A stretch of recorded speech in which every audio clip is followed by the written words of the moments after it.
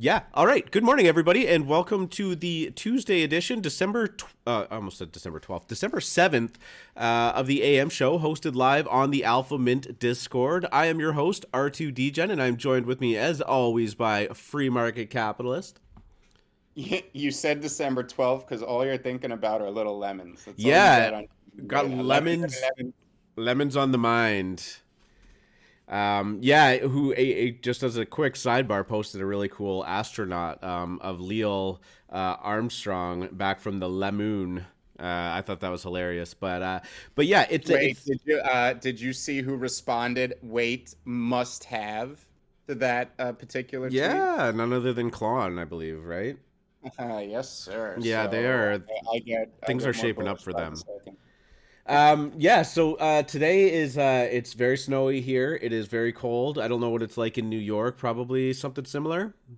Chilly, not snowy. I'm waiting for our first Christmas sprinkling here. Yeah, it's coming. Winter is definitely here as we move into the middle of December. But yeah, it was a good day yesterday. I went out and I bought myself a new PC to try and up my streaming game, and we're gonna have some stuff coming up soon for that. And how was your day yesterday?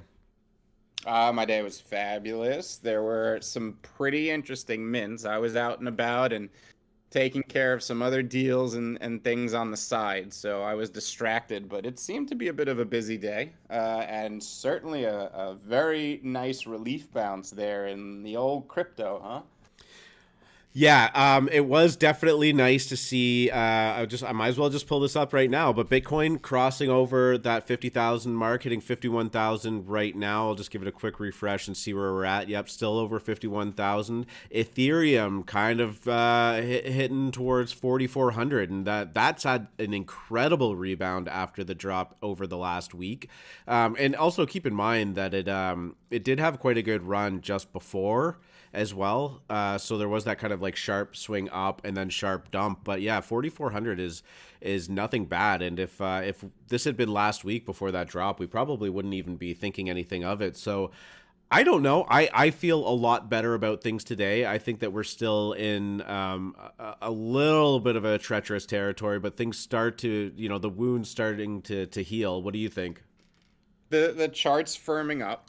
I was saying yesterday that we're definitely not out of the woods yet. We've seen a bounce, but then it was rejected. This bounce seems to be a little firmer. The chart isn't as bearish. It's more of a coin flip right now as to which direction it goes. So we'll see how it plays out, but it was certainly a nice bounce. I'll tell you the aha news of the day. If you know 3AC, one of the largest crypto funds on this planet Earth, their CEO made quite the statement against Ethereum a few weeks ago. It was so harsh that he actually had to issue a to retract that statement. And Oh, I actually today, didn't see lo and that. behold, 3AC purchased about $550 million of Ethereum on the open market from FTX, Binance, and a few other entities. And there was just a bit of told you so LOL celebration going on. I thought that was a nice little Yeah, you sure he wasn't trying to just like propagate a buy the dip moment? there you go, right? He just Yeah, a mere 550 mil to trick everyone into getting long. if your Well, conviction in like Ethereum not being of any kind of relevance to turn around and spend $500 million on buying said useless asset, kind of weird. not really when you understand that hedge funds don't go on TV and talk good about the things they want to buy. Yeah, They only fair. talk good about the things they want to sell. Yes, valid point. That is entirely true. So, yeah. So, anyways, things are looking pretty good in the crypto world. Market cap total is sitting at $2.5 trillion, and we'll see if we start marching back towards that 3 trillion. And that's a no small amount of money in this market spot. I also saw a really funny tweet that they said Bitcoin is the only $1 trillion asset that can dump to $900 billion, and everyone thinks it's dead. Like Well, it's just so true, right?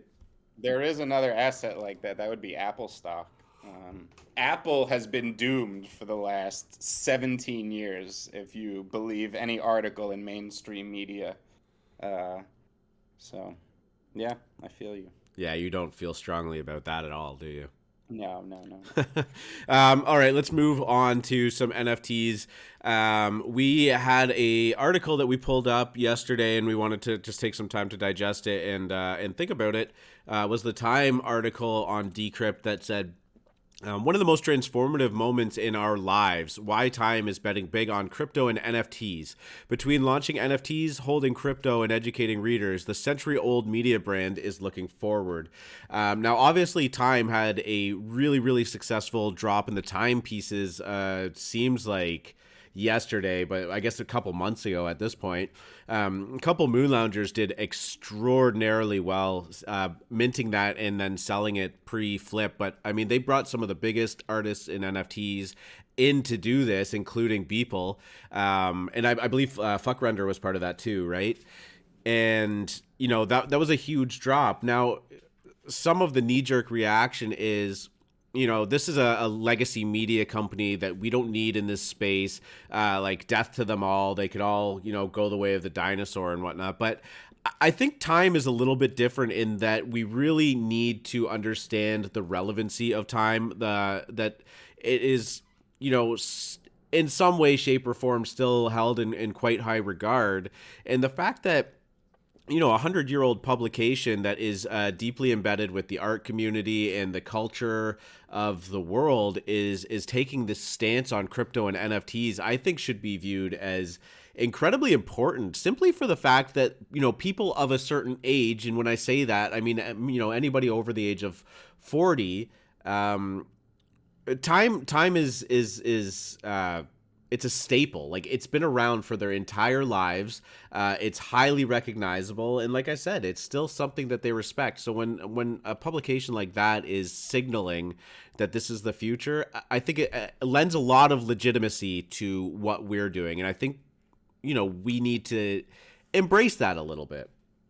So, if people don't know, Keith Grossman used to be he was working at Wired. I don't want to say CEO. He was at Wired and actually helped launch the tech magazine's first iPad edition. So he's Silicon Valley minded, and he even said when he came to Time, it had suffered 10 years of neglect due to mismanagement and ownership transitions, and he quickly saw the value in transitioning over to Web3. And it was amazing to me during the Time launch.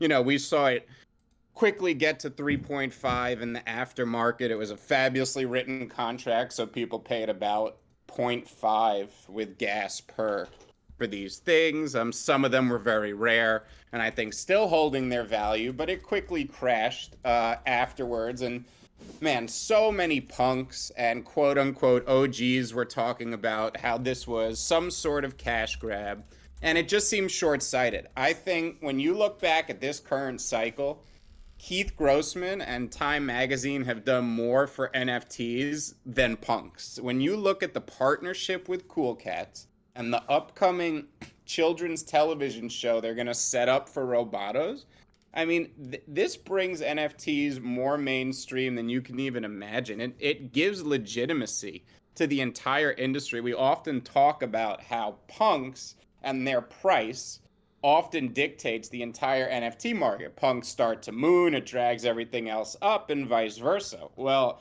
I would say that Cool Cats being legitimized by Time Magazine in the eyes of people who have no idea what an NFT is until they saw that, that's a lot more valuable to everybody in this room and everybody who's part of this industry than anything some cranky old punk was doing this year. So it really struck me as short-sighted and just virtue signaling, right? Like, we know that if you're part of crypto, the easiest way to virtue signal to another person is say the word decentralization, right? And that's what I think many people default to when they either are coping or they want to FUD a project they're not a part of, or they just don't understand the dynamics of something. So I'm so inspired, and I love what Time and Keith are doing over there, and I would watch them very closely. I think they're going to be legitimizing more collections than just Robotos and Cool Cats.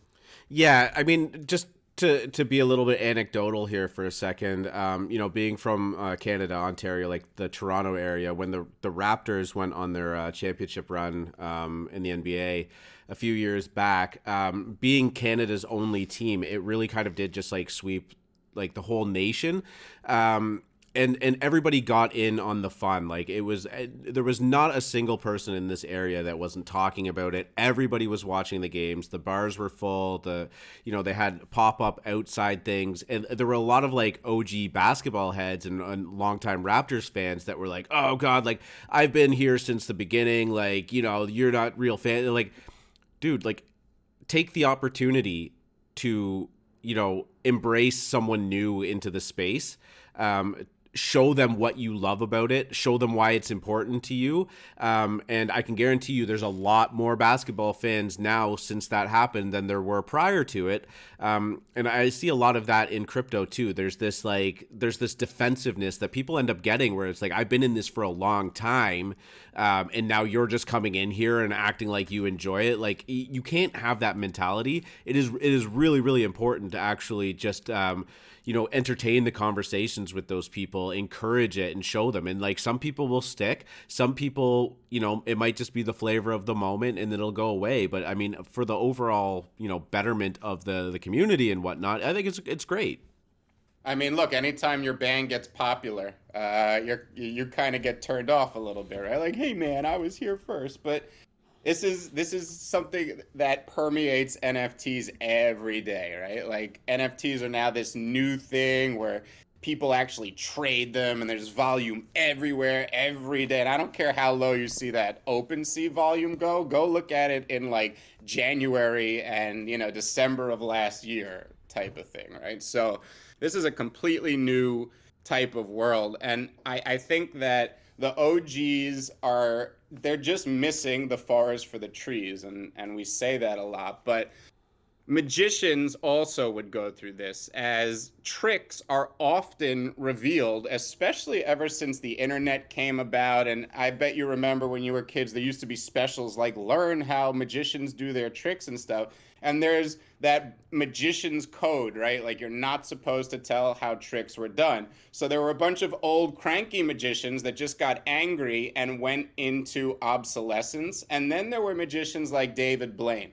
They said, well, if all the old tricks were exposed, I'd better come up with new ones. I'd better react. I'd better build. So builders see this happen and say, well, what's the new meta? Where should I go build now? Because everybody showed up. They don't get cranky because now their idea is popular and they can no longer make money off of it. That just shows that you don't have any new ideas. Builders build when times change.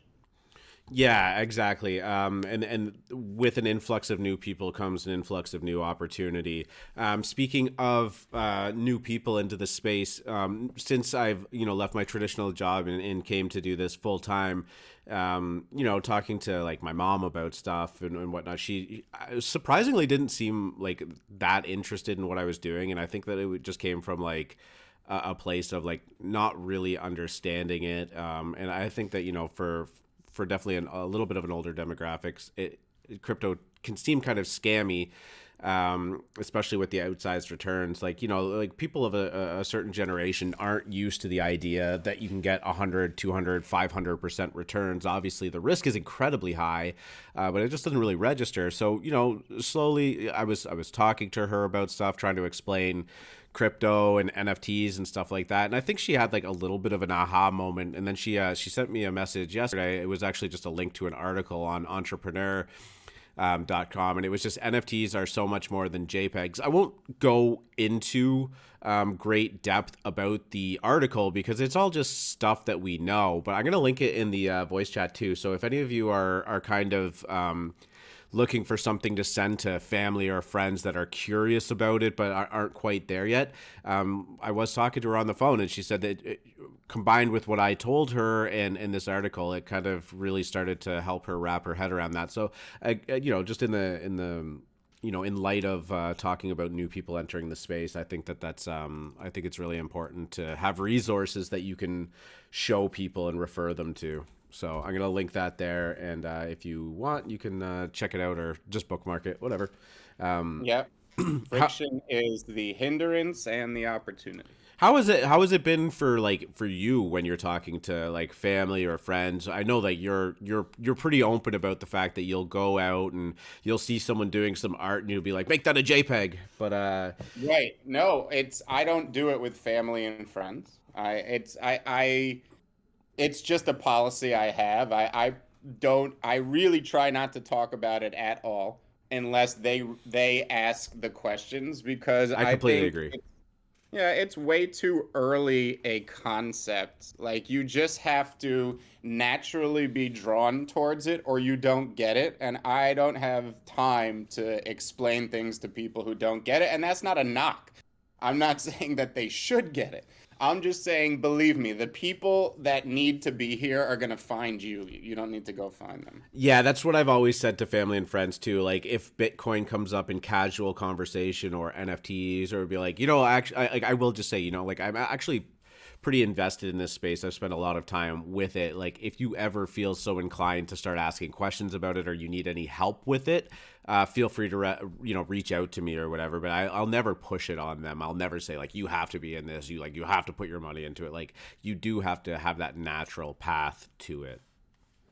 Yeah, the only people I've ever insisted on things were my parents, because I can basically be like, I'm not going to explain this to you. You just need to do this and trust, because this is going to be the thing. But besides that, I don't have any desire to convince anyone to do much of anything. So Yeah, yeah, amazing.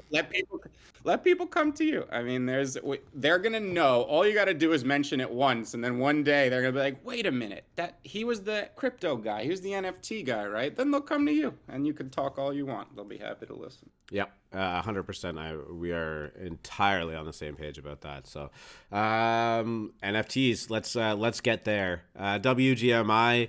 Bears Deluxe still having a good week. Women in Weapons still doing well. Humanoids are having a good week, up 45%. That's on the honey token, if I'm not mistaken. That Bears Deluxe there. I got to say, every alpha channel I'm in, they've been chatting it up. I guess it's getting this volume on the honey token. They released their honey token finally. Yeah, we'll have to do a bit more of a dive on those. That's something that I have no exposure to, if I'm being completely honest with you. But it's been a name that I always see. Was it? Yeah, really, eh? Yeah, that was Chawanzo Alpha. That dropped. He dropped at like, guys, these are. I swear to God, they were like 0.05, something ridiculous. Like they were incredibly cheap. And he was like, these are getting weird volume. Are they a thing? And we were all like, I don't know. They look stupid. That is an incredible mindset to get out of, as I've learned in the past. We did say that about a rather large project a couple months ago, and I think at that moment I had that realization that like don't discount anything. Never listen to free market capitalists. Yeah, exactly. Do the opposite. No, Bears Deluxe doing well on the 1 day. Not too bad actually. With crypto kind of rebounding, the volume stayed pretty good. We actually had some really interesting projects going on yesterday, though. The Flower Girls finally did their reveal. I've obviously been really bullish on that, and Gary Vee has been going absolutely nuts. He kept buying them yesterday post reveal, spending a bit of money. He didn't make that big splash like we were probably all thinking he might. But he bought some for around an ETH, and he continued to tweet about them. And I just think it's interesting. There was something very strange. There was a lot of volume headed towards the reveal. The reveal did take a little bit longer than expected, and when I say a little bit, a couple of hours. But the volume really picked up. The listing started to drop, and it did hit over a 0.2 floor for these pre-reveal. Now, the reveal happened, and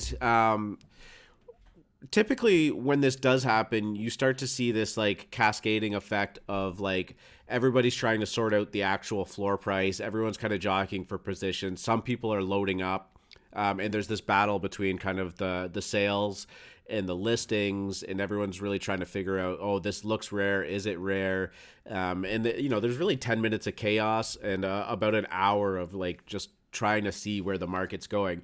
This one was very strange. It didn't have any gigantic purchases, but the purchases were very evenly distributed through like about a 0.1 and a 1 ETH floor. Like there were a lot of obviously floor sales and people trying to undercut as they were exiting. But when you were looking at it, like there were a lot of sales for like 0.3, 0.65, 0.5, 0.98, it was like really all over the place. Now that does seem to have kind of sorted itself out a little bit, but I just thought it was really interesting that in that moment, people were really kind of just looking through them all and going, I think that one looks good. I think this one looks really good. And it was kind of refreshing because this project doesn't actually have any underlying games. There's no promise of a token. A lot of the funds are being distributed to charity, which is great. But it was very refreshing. It was just a different drop. The volume was very high. I mean, there was about 700 ETH. It's not the highest we've ever seen. But yeah, it was pretty cool. I know that you didn't take part in that, but what did you kind of think while it was going on? Because the AlphaMint Discord kind of seemed enamored with it for about 2 hours there. An NFT without a token? This is so novel. Yeah, shocking. This is crazy. I couldn't tell a rare from a common in this collection if you held a gun to my head. These are art, and I think we always talk about how the biggest opportunity in NFTs from a long-term perspective is aesthetics versus rarity. Because when you think about the Van Goghs and the Picassos that sell for the most, it tends not to be as much about rarity. Or maybe in those incredibly high echelons it does, but in general, the wealthy buy things they like. They want something that's gonna not only be a flex, but go very well with their living room set, right? So like, we know in generative collections, a large percentage of them can come out a little strange. Like, why is Santa wearing a pirate hat, right? Like these weird, just little where it's just not clean, right? It doesn't make a lot of sense. The ones that are commons, but very, very, I did this in Moris. Every Mori I owned was a floor that I was able to sell for at least 20 to 50% more than the floor at the time, and it's because they were aesthetically pleasing. I made sure to buy ones with matching traits. I made sure to buy ones with matching colors. And these type of things on a long-term basis are going to go so far in this industry, especially when we're talking about things like art, gen art, and these projects that aren't tokenomics dependent and are more dependent on being aesthetically pleasing, like something someone's going to want to hang on a wall. Because remember, I think the number one reason people don't display their NFTs yet is there's no cheap, simple, and good-looking way to do it yet. Yeah, and I think that's probably something that's going to be on the horizon pretty soon. I believe next year, I believe 2022 is going to be the year of hardware and the year of metaverse assets. Clonex is now at a 3.5 floor. It has been flying recently. We don't know when the reveal is, and maybe it dumps post-reveal. And think what you will about the art. They are skating to where the puck is going to be next year, and hardware and metaverse are going to be a big deal. So. Yeah, for sure. I mean, the interesting point that you made to me there was when you were looking at it, you mentioned like you couldn't tell a rare from a floor, right? No, but I do think. Look, and I don't own them, and I didn't do any study, but people were putting them up, and not that they weren't aesthetically pleasing. It's just I don't know what a rare is, and that they all look like chicks with flowers on their head. I don't know. No, it's true. I actually wasn't knocking you, but what I thought the interesting process was like in a lot of ways, you would see a sale pop up for 0.4 and everyone would be like, why is this 0.4? And they were looking at the rarity. It would be like number 7,000 out of a 9,800 collection. Like it's not rare. Like, why is it going for that? And it was like, for this like brief moment in time, like everybody just ditched the idea of rarities and we're just like, that one looks good. I look at that one against the other ones and it looks better. And people seem to be spending more money on those ones. It was kind of neat. what are we doing, right? We're chasing this idea of value in their head. One of the most famous quotes that's come out of Alpha Mint is useless, right? Because really, everything on Earth, when you break it down to its fibers, none of it matters. None of it's doing anything, right? We ascribe value to the things we ascribe value to because we ascribe value to them. It's as simple as that. Getting into the tiny variables and reasons as to why we ascribe value, and all of a sudden everyone's like, well, any NFT that doesn't have a token isn't worth shit, right? Well, for the last 3 years, these NFTs that are worth millions of fucking dollars never had tokens attached to them. And one day we're going to wake up and the meta is going to be like, oh, all this art with no token is all of a sudden what's mooning again? Like, how does this make sense? Like, oh my God, like whatever. But I think we get way too into like the only thing that has value is this, and then we say, well, this is where everyone's going, so the only thing that has value is this. I think the biggest long-term play in NFTs is to buy aesthetic things from these early collections, and everything this year is early. Just, you know, pick the ones that had a moment. Maury's, Robotos, Deadfell, like all the ones that just feel dead and not talked about now. You grab the aesthetic ones from those. Those are going to be very valuable collectibles in the future. Well, yeah, and you always get that conversation with somebody that's not really in NFTs, and they'll say like, well, why is this worth anything? Right? Like, why is this valuable? Why do people spend money on it? And then it's pretty easy to just kind of like, and not throw it back in their face, but you say like, well, why is art valuable? Why do people spend money on art? Why do people pay, you know, thousands of dollars for a you know, lesser known artist, or hundreds of millions of dollars for a famous artist from history? Like, why are those valuable? One, it's a flex. People love putting that shit on their wall and saying, hey, look what I got, right? Like, that's a thing. And the other thing too is like, are they like, do they have some kind of cultural relevance to them? Do they have a community around him, around them? Is the art just good? Because art for art's sake is definitely a thing too, right? And I think you could just understand that, like, yeah, these things do have value, and it doesn't have to like totally make sense, but it just does, right? We talk about extrinsic and intrinsic value in markets all the time. And, you know, real estate, it has value. It's land. You can aerate, you know, you can grow things on this land. You have borders, and that's what makes it valuable. Well, I don't understand why this doesn't translate to the digital world as well. It's where most of us spend our time. There definitely is digital real estate, because if you want to talk on Discord, you have to go to Discord. There's no other way to do it. So these things are obviously digital real estate, and Web3 locks this down and makes it translatable better than any other protocol. So yeah, it is very interesting to see that as like the entire world has moved digital, there's still some sticking points where people can't kind of like just wrap their head around like digital money. Like everybody in this room, it makes sense, like Bitcoin, like as a digital asset, right? But there's always these hurdles that kind of people need to get over. Like everything in our lives has gone digital. It just makes sense that these continue to. So, but yeah, that was a very interesting drop. I enjoyed watching it all go down. I actually delisted a couple of mine just to hold on to them. Nice. Scrappy actually is somebody whose opinion I respect a lot, and he did say that he thinks that they're going to be in some form of gallery in the next year. And he called them I don't know if this was ironically or not, but you know, text can kind of lose a little bit of context, but yeah, like it was a mix of like Georgia O'Keeffe and oh god, I just had the name. Well, Panucci actually, what was the name of the artist that you showed me yesterday? Leonora Carrington. If you guys Google Leonora Carrington paintings, like this so has those vibes. And I could totally see why Scrappy said that. Like, this is high art.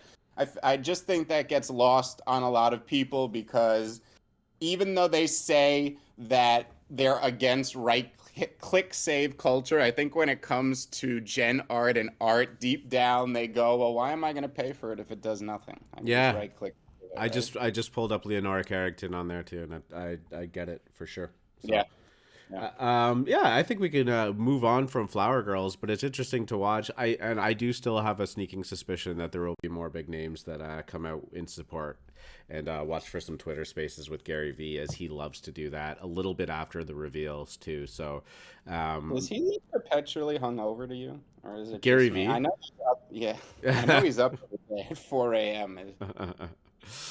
Yeah, Uh, he's you know what, every once in a while when I need to feel a little bit motivated, I'll throw on one of his podcasts, because he does just have like a lot of energy in the way that he presents stuff, and like I definitely see why he's attracted such a large following. So I do that with Richard Simmons workouts. I'll throw one of those on, and boy, it just gets me going.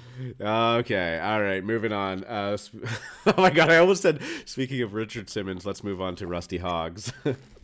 Ooh, um Lord have mercy. No, so Rusty Hogs was something that we were talking about a little bit yesterday. They were not without their issues in the beginning of the drop.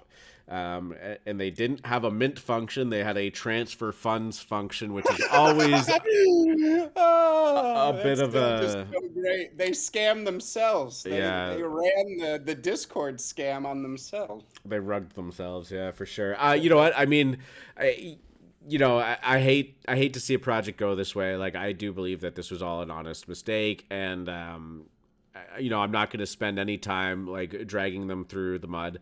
But things did not really go their way.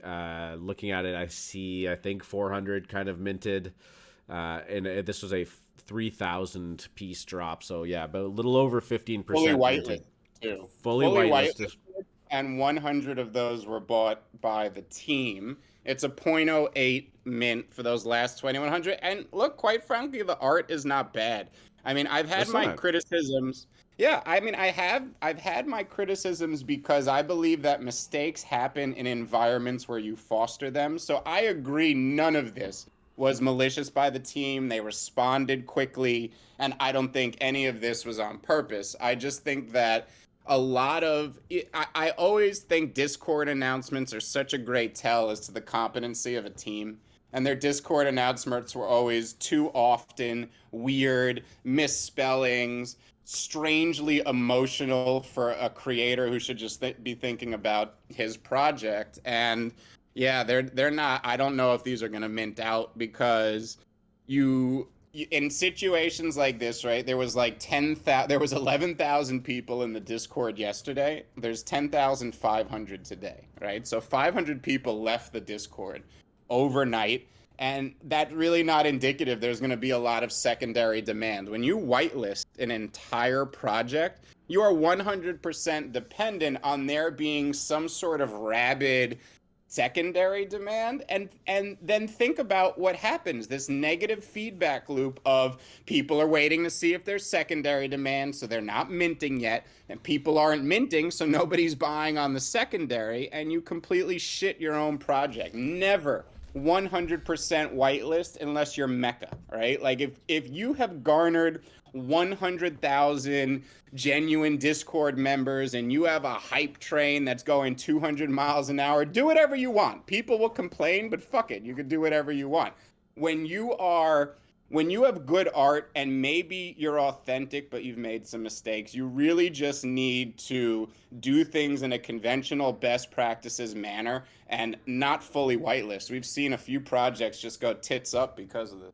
Yeah, and you know what? I think if you're gonna go down this route, like I know we're big proponents of like don't even open your Discord and start that too early. If you're gonna go fully whitelisted, you need to be like 48 hours of like here's the whitelist and we're minting 2 days from now, and like then just like hit them with a bunch of sneak peeks and stuff to really just keep people's interest peaked, and go from there. But like it just. Yeah, you just can't wait that long, and unfortunately, with the issue with their minting process, the steam that they had probably kind of got lost a little bit. So, there's a negative connotation attached to manufacturing hype, but there's a difference between manufacturing hype and managing hype, right? Hype is going to happen, especially if you have a decent product and decent marketing.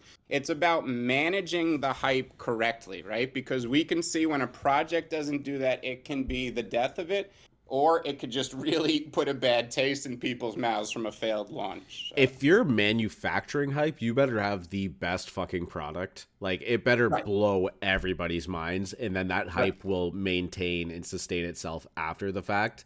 Um, if it's at all, if you went the distance to manufacture the hype and it's at all disappointing, it's yeah, it's a disaster. You know, I honestly, like, you saw a lot of this in the past with with video games, right? Like, they do these long drawn out press cycles where they manufacture a lot of hype, and this is going to be blah blah blah blah blah, and then, you know, people wait 2 years for these games, and then the game drops, and like, it's almost like there was no expectation, or like, sorry, there was so much expectation that no product they could have ever put out would have actually lived up to it. And it's just disappointing. All of a sudden, this game just falls in your lap, and everyone's like, "Oh, this is what we waited for." And I think we're seeing that sometimes with NFTs too. Like, I just Even before NFTs, as you just mentioned, it was very easy to manufacture intense hype with like 4 previews and some mysterious marketing. I mean, this is no secret in advertising. Mystery sells, you know. Put a black square with a question mark on it and one name at the bottom, and people go crazy. Like, what the hell's going on? What is the, mystery sells? Right? So this is obviously something that a lot of companies take advantage of because they know they can build that hype up. But a real project manages the hype they have correctly, and it seems to not have been what Hogs did. They're suffering because it looks like, I guess, 2,500 are going to go to the public, and we will find out if there's any demand there. Here's where I put on my consultant hat and say, well, what happens? They go public and it doesn't sell, right? Well, in my opinion, you start cutting your price, and then if that doesn't work, you start burning supply.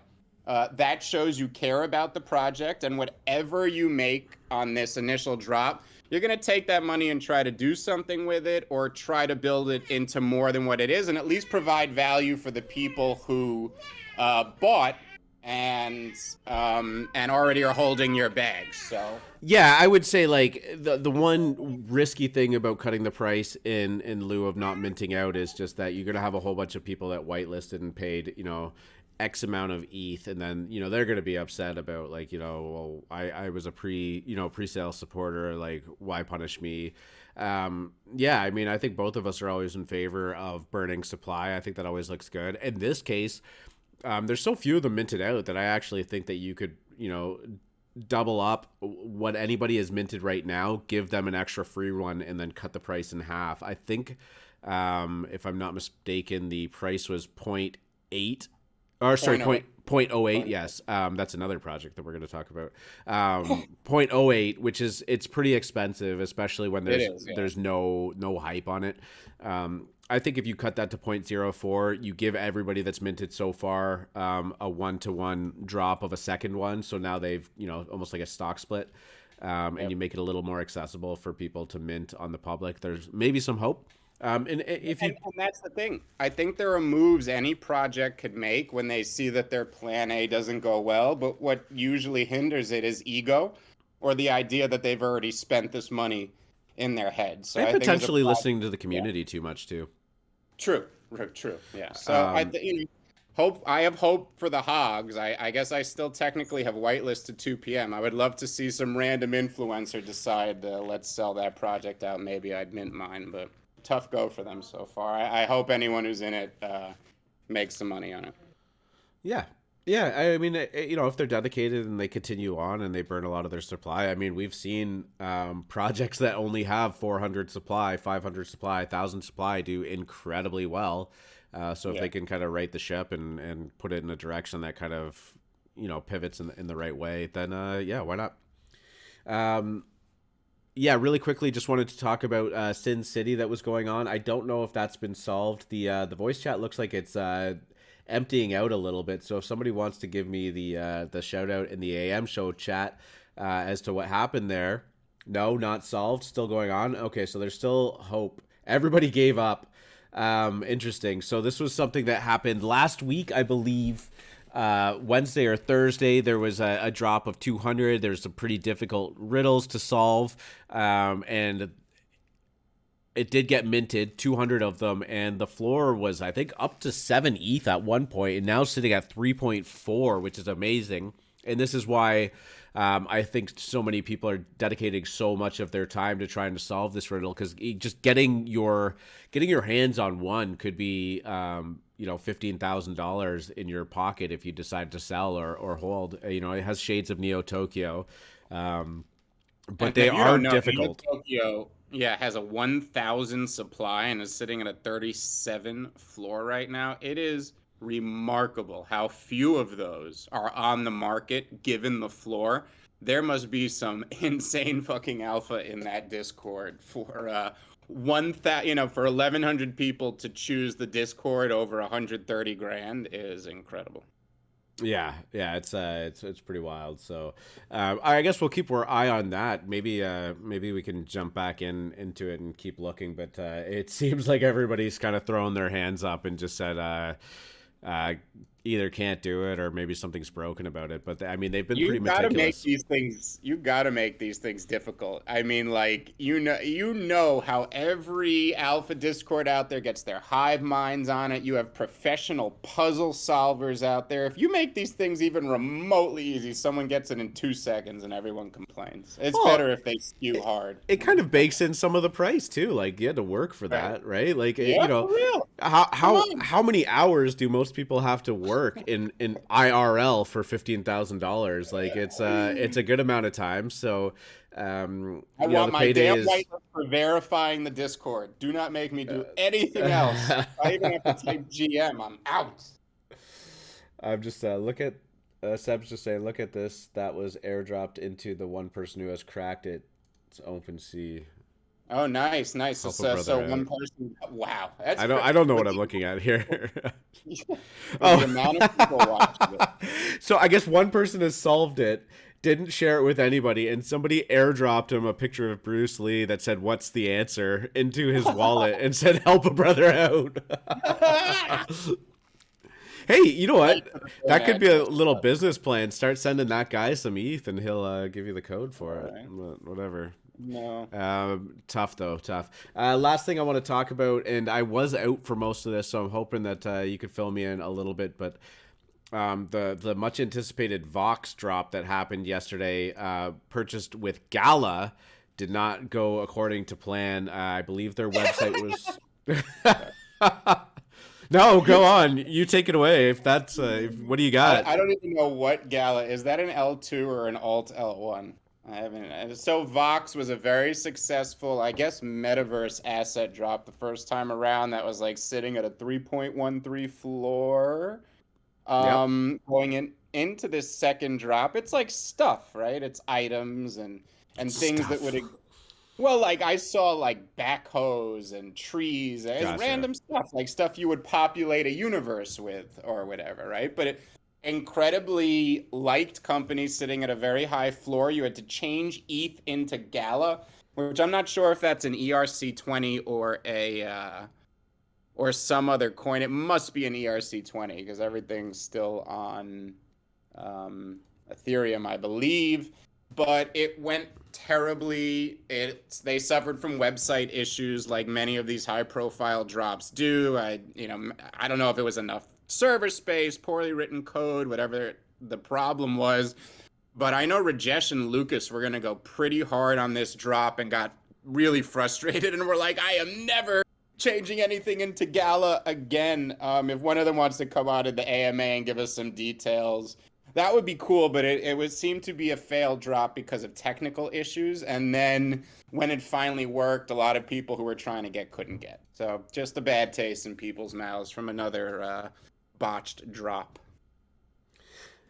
Yeah, it was interesting, though, because it was a 0.88 ETH drop, which is really expensive, especially for the 8,000 that they were giving out. It was 8,000 or 9,000, somewhere in there. Wow. So they were poised to make... level cash grab. Yeah, they were poised to make 8,888, yeah. So they were poised to make a lot. It is ERC 721. And the website, I think, crashed. People couldn't really mint it, buy it, having a hard time getting their hands on the actual Gala token. But some people were able to sneak some through, and they were selling immediately on the secondary market for like over 3 ETH. So an incredibly good quick flip. And as discussed, like we were saying that might be a really good opportunity if there's people that can't be asked to go through the process of apparently the painstaking process of acquiring Gala and using it to purchase stuff, that people might just pick it up on OpenSea. That definitely ended up being the case. And so even into this morning, I saw some people still managing to get through and doing a quick flip. So congrats on some big sales there for everybody too. But yeah, I'm not sure what the overall play there is, if they're building their own metaverse or if these are just going to be interoperable across all the worlds currently being built. yeah, I didn't get a chance to look too deep into it. I guess I was out and I wanted to maybe even think about minting this, and it sounds like it was a headache to do so. But again, with those headaches and those difficult processes comes some pretty good reward, as we kind of mentioned with Syn City. It's not easy, but if you end up doing it, you get a bit of a payday from it. So if somebody wants to jump up into the chat after and talk Vox with us, that'd be pretty cool too, because I thought it was interesting nonetheless. Definitely. Just pulling through the Discord, I see Dangy in there right now. So yeah, I guess that's pretty much all we've got for today. Is there anything that you want to just touch on before we start getting into Q&A? And in the meantime, people can start throwing their hands up. So I think, speaking of mysterious marketing, the hot mystery of yesterday was this raid party that people started dropping in the DGen dojo yesterday morning. It looks like it's going to be some sort of P2E orc-like Final Fantasy adventurer type thing with a token and everything like that. But man, the moment that Discord opened, the hype train hit them in the face. I think Otto tweeted about them and seems wildly bullish on the project. But I just dropped the Discord in the AM show chat. So that, wow, 8,790 members, and they've basically said nothing. I think there is a Medium article that they wrote, but yeah, no, there's no purgatory dude here. He just said, I'm in their Discord purgatory. There's nothing there yet. They opened their Discord a little early, so to say, but it was on purpose. And I think the major hype is coming from Otto tweeting about them. But that project looks pretty sick. So any AM members who aren't in there yet, get in there. Even though there's 8,800 members, it's early because there's nothing in there yet. There's no rooms even. So just join and wait with bated breath.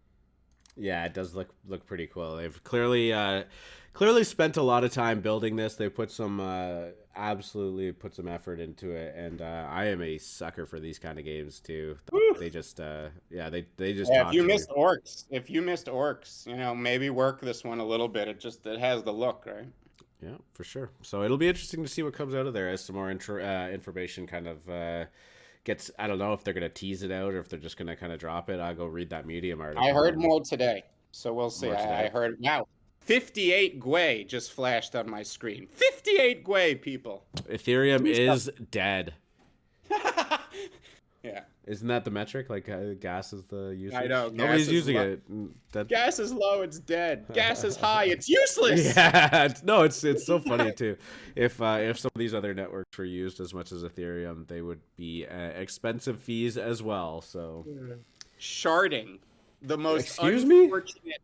Yeah, exactly. The most unfortunate name for the latest advance. ETH 2.0 is all about a technical process called sharding, with a D, like collecting bone shards of shamans. Sharding is apparently what will revolutionize gas fees on the L1 and make them 3% lower than they currently are. Speaking of sharding, did somebody send Vitalik a orc? All right, so this is a bit of a funny story, I guess. I loved it. I thought it was great. This was great. I read this little thread this morning about Vitalik and why he got into Ethereum and all that. And there was this little news clip about how he was a big World of Warcraft player. He had built one of his players up to, I don't know, magical, mystical mage of power or some shit like that. You've clearly never played World of Warcraft. I've never played World of Warcraft. But what happened was a economy within World of Warcraft sprang up for these little gold pieces that people can go and find. And all of a sudden there was a marketplace where you could trade these gold pieces for money. And does this sound familiar to anybody? An in-game currency with value and a marketplace? This sounds revolutionary to me. But you might be shocked to know that it actually wasn't even the first one. Wow, see, and that's, but this is always it, right? CryptoPunks weren't first either, but it's the one everybody knows. So this in-game currency actually became a problem for the regulated, centralized company that World of Warcraft belonged to, and they had to do something to stem its value because of complaints from all sorts of governmental bodies. This rendered Vitalik's powerful character practically useless, put it on level with all the rest, and the gold piece economy crashed. That is what inspired him to leave the centralized world and embark on his decentralized journey. And I tweeted out this morning, Vitalik literally invented Ethereum so that we could have Ether orcs. And moments later, Poof420, one of the kings of the Ether Orc squad, retweeted, "Hey Vitalik, where should I send your Ether Orc?" So I guess we're gonna wait to see. Well, his address is well known; it's not a secret. Exactly. I think it was more tongue in cheek. No, for we sure. Want to see if Vitalik responds. Now, I have been informed that apparently this story isn't true. Now, I don't know if it's the quote that isn't true, if he never played World of Warcraft, or if the reasoning behind I'm gonna take a wild guess and say Vitalik played some based on the sunken eyes and the shadowy he probably played some World of Warcraft. They sometimes they say that an investment idea is too good to do research on. You don't want to ruin it. So that's what I'll say about this. This is too good for me to dive deep on. I do think that one reason decentralized blockchains are so valuable is the point displayed in that tweet, whether it is 100% accurate or not. So I'm gonna just flesh out a couple of the ideas that you said there, as somebody that actually has dabbled in World of Warcraft, never took it super seriously, but he had a character that he it takes a lot of time and a lot of effort into, and they nerfed, which is like kind of made one of his skills less useful, or probably just trashed it into the ground, and all of a sudden all of that work and time and effort that you put into this character, you no longer have the same relevancy overnight that you did the evening before. And he just said, fuck it, fuck you, fuck Blizzard, and made this little thing called Ethereum shortly thereafter. And Ethereum has indeed surpassed the market cap of Activision Blizzard as well. So the little things in life, the ripple effects, the butterfly effect of that. Now, again, I don't actually know if that article is true. It very well might not be. But it was funny nonetheless. Yeah, exactly. I think it really does display why a lot of us are here and why we think this is going to be so big. The decentralized aspect makes for a better experience for a lot of reasons, and there are aspects that I think will be made a better experience by centralization, but we should have the option, and I think that's what we're being offered here. Actually, literally, as I was saying it, or just checked it out, Chris posted in the AM show chat the Benzinga article outlining that, so go read it, and it does say the butterfly effect. Here's the crazy story of how World of Warcraft led to the creation of Ethereum. Man, those guys at Benzinga are so good. I come from FinTwit, or financial Twitter, from 11 years ago, and I've been following them from Genesis. And man, those Bazinga boys knock it out of the park. Yeah, Illidan is kind of saying it can't be fully true though. Um, Vitalik was actually, and I do know this is true. He was trying to expand the use case of Bitcoin into a lot of smart contracts and different stuff, and they basically told him this isn't Bitcoin, which it's not, and I'm glad that they didn't try to do that because I do think that it's important that there are both of them in existence. But yeah, he kind of just went off on his own. He was one of the early Bitcoin OGs that was like in the I believe in the email chains with Satoshi and Here's a whatnot. fun fact. You want to know one of the reasons Ethereum was really lauded early on as going to be evolutionary? Crypto kitties. It's low fees. Back then, it was cheaper to transact Ethereum than Bitcoin, and it was something that VCs used to brag about all the time. This might come as a surprise to you, but I actually, when I got into crypto, had only bought Ethereum and some other coins and never actually bought Bitcoin for that exact reason. You need to really start trusting your instincts there, Kobe. Well, I've done it all right regardless. But I just mean, no, it's true. Ethereum maxi, I see him in you. I know he's there. Yeah, no. Ethereum maximalist. I mean, I'm a maxi of crypto, and I know that sounds super generic, but like, I do think that there is room for a lot of stuff. Yeah, I know, cop out, whatever. But no, you know what? Actually, I mean, just because we've got some time to kill and people are being pretty coy today. El Salvador kind of came up in conversation yesterday, and half my wife's family is actually from El Salvador. And God, time's crazy. Yeah, last summer, 2020, I remember talking to her uncle who is from there, and about a lot of the stuff that they've seen in El Salvador and just kind of how the country's run. And he's big in the investment world, and then he actually brought up Bitcoin, and I hadn't even alluded to the fact that I was in it, and it kind of piqued my interest. So we started having the discussion about like why it's important to them, and this is long before they made it legal tender there. But it really did kind of just like encapsulate the importance of it and why I think crypto in general, but Bitcoin was like this idea that we in these, Canada and America and Europe and like, more of these first world countries, we don't really have this mindset that like the government's just going to take our money at any time, or, we have agency over a lot of things that they don't. And, that's actually when I started buying Bitcoin. I didn't transfer everything I had into Bitcoin, but like I just started buying Bitcoin all the time. So yeah, that's kind of my story about it and why I actually believe that Bitcoin is important. But I do believe that the world is going to exist with not only both Ethereum and Bitcoin, but a lot of other ones too. That ratio, baby. Yeah, there's a lot of people that need this stuff, right? Like a lot of people don't have banks. A lot of people, more people in the world have cell phones than bank accounts. So you just you start to figure out what you can do with that cell phone, and it'll start to make sense. Yes. Yeah, I don't know. Nobody wants to come up and talk today. That is quite all right. I don't even think you said it. You didn't do the whole everyone can put their hands up now and what you think you did. I did before. No, you didn't. Yeah, I did. Yeah. I said before you went into raid party, I said you could throw your hands up. If I didn't, this is being recorded. We'll settle this. Well, we got a pity hand from Cass. Yeah.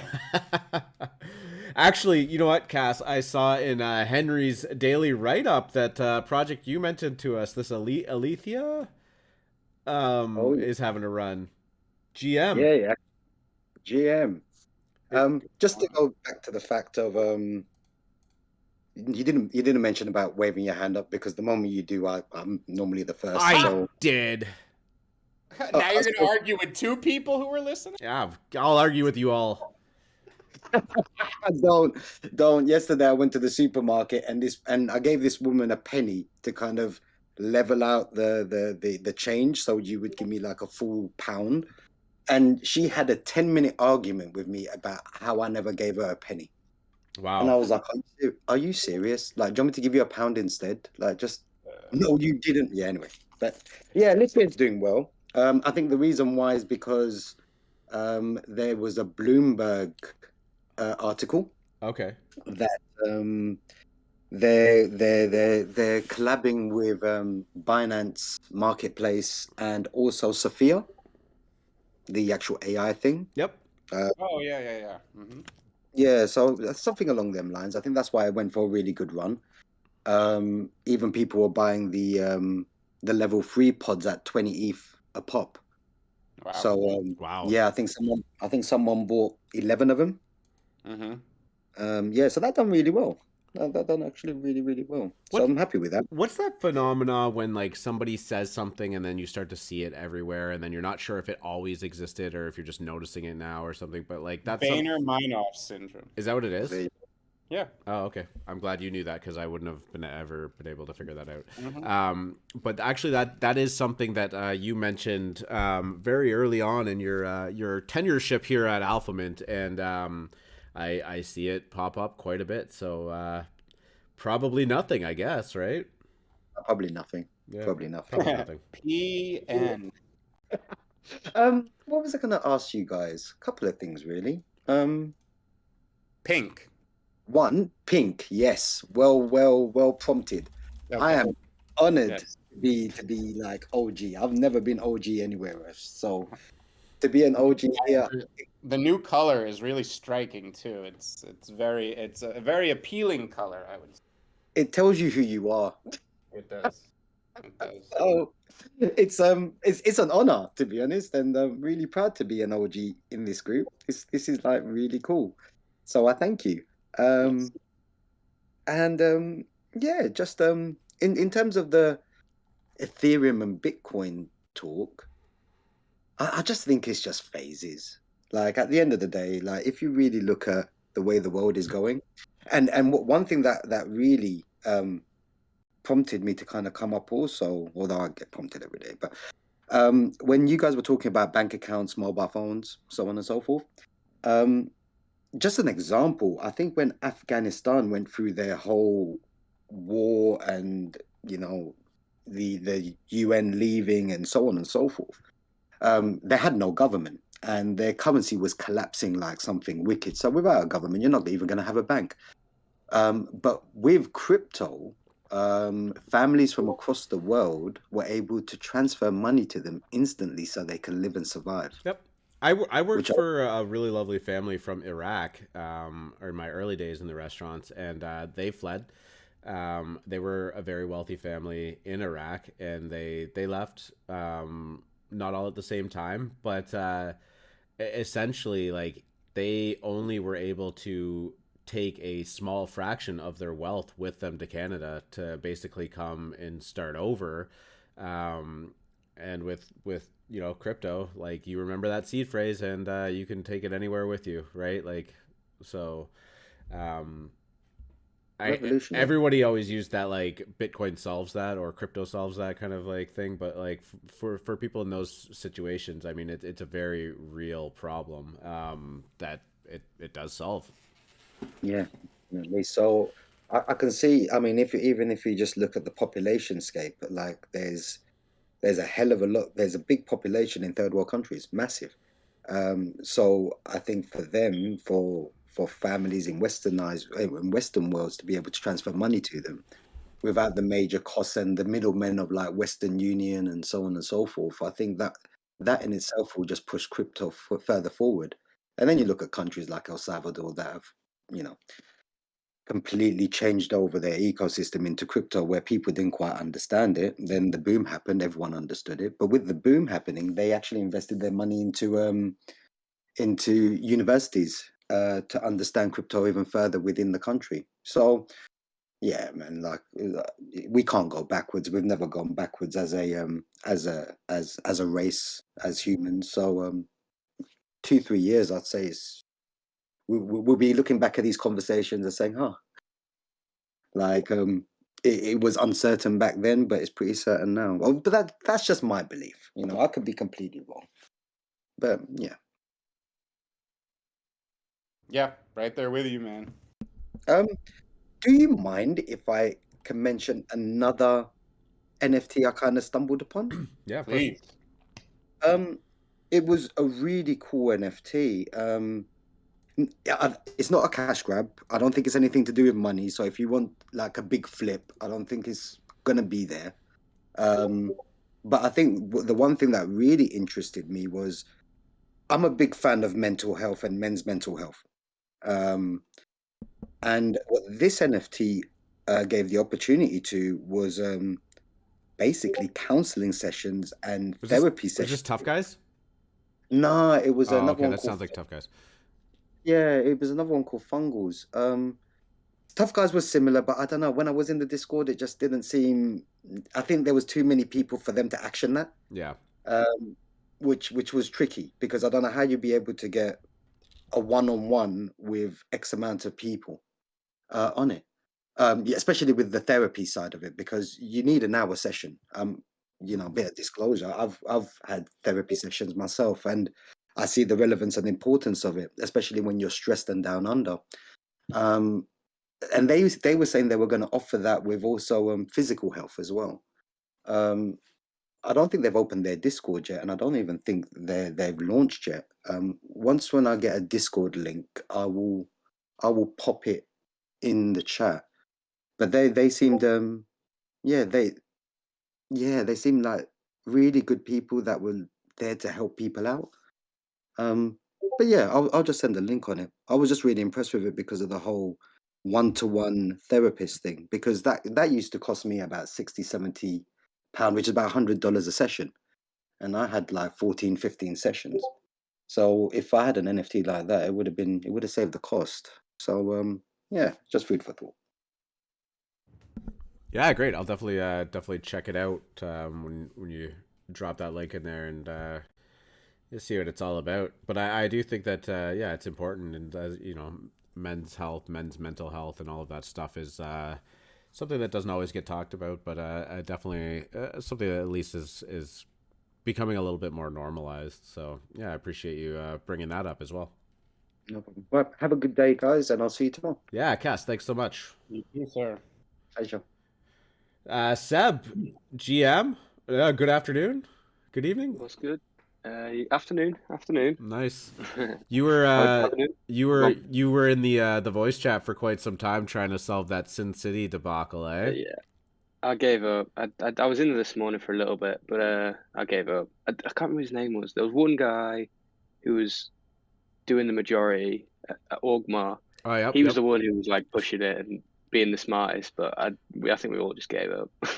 Yeah, I mean that's tough. Maybe they'll start giving a hint out, but somebody did figure it out. So Yeah, I don't know if that's a dev wallet though. It's a cold wallet. There's nothing's happened before with it, so I don't know. I'm not interesting. sure what's going on. Oh, maybe they were just Yeah. testing it out to see if the functionality was actually working.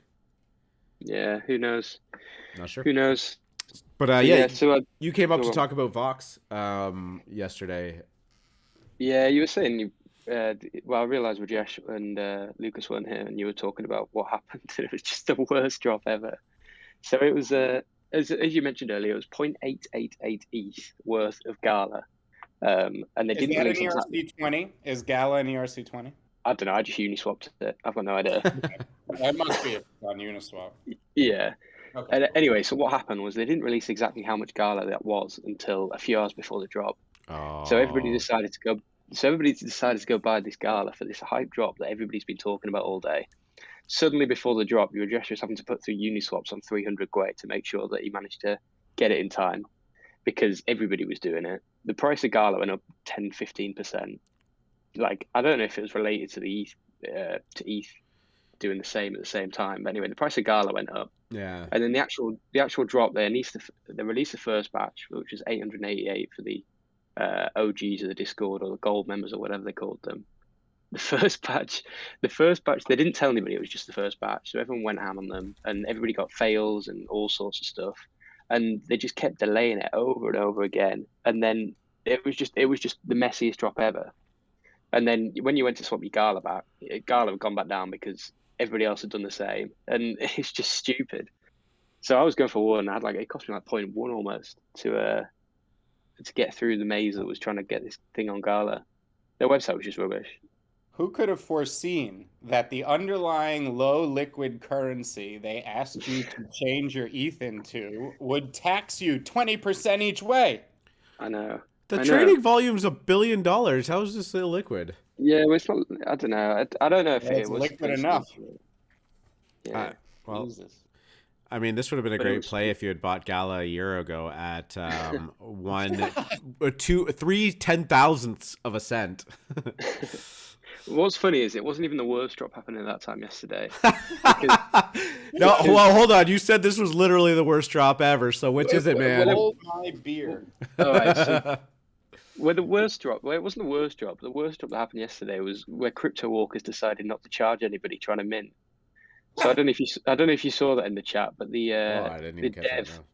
the dev didn't put a minimum price on the Oh my transactions. God. Beauty. So anybody minted from contract could do it Third time it's for zero ETH. And you had people, influencers such as Wicked. I saw him the transaction pool minting this thing for free. And so anyway, after 6,500 of these things had gone, they've paused the contract, put a message in there, put a message in the announcement saying they had a vulnerability in the contract. Some managers managed to mint without paying the full public sale price. We've stopped this very quickly and got have now hacked. paused the sale to investigate further. And that was 15 hours ago. And then obviously since then, everybody dumped the free ones below floor price, and floor is about mint price now. So I mean, the funniest thing I saw was somebody said it was their marketing ploy to try and get number one on OpenSea trading volume, because these things are trading for half the mint price because everybody's trying to dump. Surprising how often this happens. How many It's so times have stupid. we seen a contract like, oh, you can mint for free. Don't even put a price in there. Just mint. It's so stupid. Half the time I wonder, like, if I'm being honest with you, I haven't even heard of this project. But half the time I wonder if these are marketing ploys in and of themselves. Like, you know what I mean? I don't know why. Like, obviously they're not going to make much money off of a free mint. But I have no idea, man. Some of these things just seem so obvious. Like, I'm not a developer, but like setting a mint price seems like one of the quintessential checkboxes you tick off. Just a thought.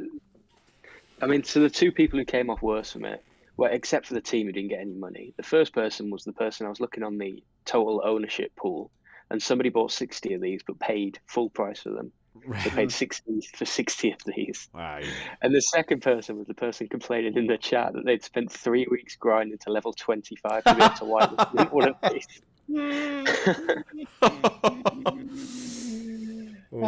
This is why whitelist grinding fucking sucks, man. Like, I get it. Like, sometimes you got to do it.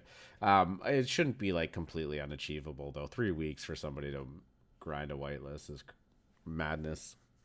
It's stupid, isn't it? I think no more than a few invites and maybe a little bit of activity in the chat. I'm not sure. Yeah, a little bit of activity. We did the rodent cats, and like it was a lot of fun. But like, getting to that whatever level 5 was not insane. It was like, you know, it took up 2 hours or not even of just spamming, and it was hilarious because we were all just in there. But the amazing Hard Rock Nick meme came from Rajesh. So not all was lost in some of these grinding, but like, yeah. Any time that's like you have to dedicate 3 weeks of your time to do a mint, like that might not be plus EV, just in terms of like mental health. Well, there's now Discord bots, isn't there? That there's people that have collected phrases that are common in chats and have built Discord bots that will post on your behalf every 20 minutes or 30 minutes. Yeah. Just some random NFT related phrase to try and get you level score or whatever is needed. So I don't know, something that's just stupid, isn't it? But there's some kind of interaction. Are you passive aggressively calling Rajesh a bot? No, I'm not calling him a bot. I was with the Josh for many an hour yesterday trying to allow me to level the accusation. I see him post his own meme about once every half an hour in the DGen Jojo, just in case anyone forgot that Hard Rock Nick said his name. He loves it. He's not even in here. He's not even listening. Now we're just talking shit behind his back. So yeah, but thanks for coming up and letting us know about the whole Vox thing. What are you looking at today? Anything? So I don't think there's much on today. I might actually get out of the house for once. The only thing I've got an eye on is it WebZ's dropping at, I think it's 6 p.m. Eastern. It's like some modern art piece, 0.1 ETH each, and there's 3,400. Oh, we didn't even talk about art blocks. Sorry. Yeah. Oh yeah, of course. But yeah, I've got an eye on them, but I don't know. Again, I've not done a lot of research. I wouldn't recommend minting them from that. I do your own research. Yeah. I've not heard much about this project anywhere, so whether it sells out or whether there's any hype, I'm not sure. But yeah, as you say, art blocks. Mine got flipped yesterday. I bought that for 0.25, sold it for 0.5, and it dropped down that low. Sold it to. Well, it was straight after mint. I sold it, so I flipped it. No, I mean like the Dutch auction dropped that low. Yeah, so the Dutch auction. So we were all in chat. It was me, Scott, and Inbiz in chat. Inbiz sent at 0.5 and then fat fingered 0.5 for a second when it was 0.25, and thank God it went up afterwards, or it got a little bit stung. But they went down to 0.25, and that's why I was like, all right, I'll just flip this, because I didn't think there was any demand or hype or anything. And then obviously I flipped it for 0.5, and then it resold for 3 ETH. Something made a lot of money on it. Oh, the one that you sold for 0.5 resold for 3 ETH? The floor was 2.5 at one point. I think it's back down to 2 this morning. Yeah, I was going to say, if I was around, I probably would have thrown a mint in there for 0.25 for curated. It seems like a pretty good price, honestly. But that's what Scott was saying. Yeah. So definitely pay attention to those a little more closely, especially if, like, I have no interest in getting into a Dutch auction that's gonna 2 ETH, 2.5. Yeah. Like I don't really play with enough liquidity to justify making those plays. But 0.25 seems like a steal. So congrats on that. Yeah, I mean, what Scott was saying, that the next one, because everybody's aware that you can flip them, the next one will be a bad drop. They usually work in every others, apparently, the art blocks. Yeah, Scott's just saying, look at the buyers on the art blocks curated. It's going to be a blue chip. Like this actual drop is that what you're referring to, Scott? Like gazers? Yeah. Yeah, gazers. Interesting. I mean, I don't find them to be the most appealing, but I know the artist is followed by like the who's who of the NFT space, and they don't look bad. Some of them definitely look better than others. I mean, it was every big name collector was stacking 20 of them. Yeah. Straight after the drop. So there's not a lot on sale, I don't think, either. There you go. Token Frame bought 50. X copy. I think Franksy bought a few. Yeah, there you go. Just a lot of people. Yeah, I would never. Why it went down to 0.25? I have no idea. That's what I'm saying. Like I didn't really pay attention simply because I didn't think it was going to go down that low. Normally, the art blocks start to take off above 1 ETH, and so hey, awesome. Oh my God, the floor's 3 ETH right now. Yeah. So wow, crazy. Awesome. All right, cheers, guys. Yeah, thanks, Seb. All right, free market. I don't know about you, but I think we could probably wrap it up there. Anything that you want to leave the show off with? I don't have too much I'm watching today, except my liquid dry husk of a body continue to decompose into dust as Clonex kicks the reveal can down the road to next decade, it seemed. Oh, God. That's what I'll be doing the rest of it. Could be next year, maybe. Yeah. There you go. Could you imagine? Oh my God. All right. Well, yeah. I mean, we'll continue to monitor that. I'm sure we'll talk lots about Clonex once that kind of wraps up. But yeah. So also, I just wanted to apologize. Yesterday, I put the recordings up on YouTube, and I think I made it up to Spotify. But I totally botched the audio levels of you, unfortunately, and you were pretty quiet. So my apologies. But they are reset for today for anybody that wanted to listen. As always, they are on YouTube, Spotify, and Apple Podcasts. So if you missed anything or you want to jump into the old episodes, by all means. And Dylan will be dropping the Poe app for that right after the show, so you could prove you participated in watching that YouTube video. So just fill that out right after, and you'll be good to go. All right. Say the words. Good luck at the tables. All right. We're out.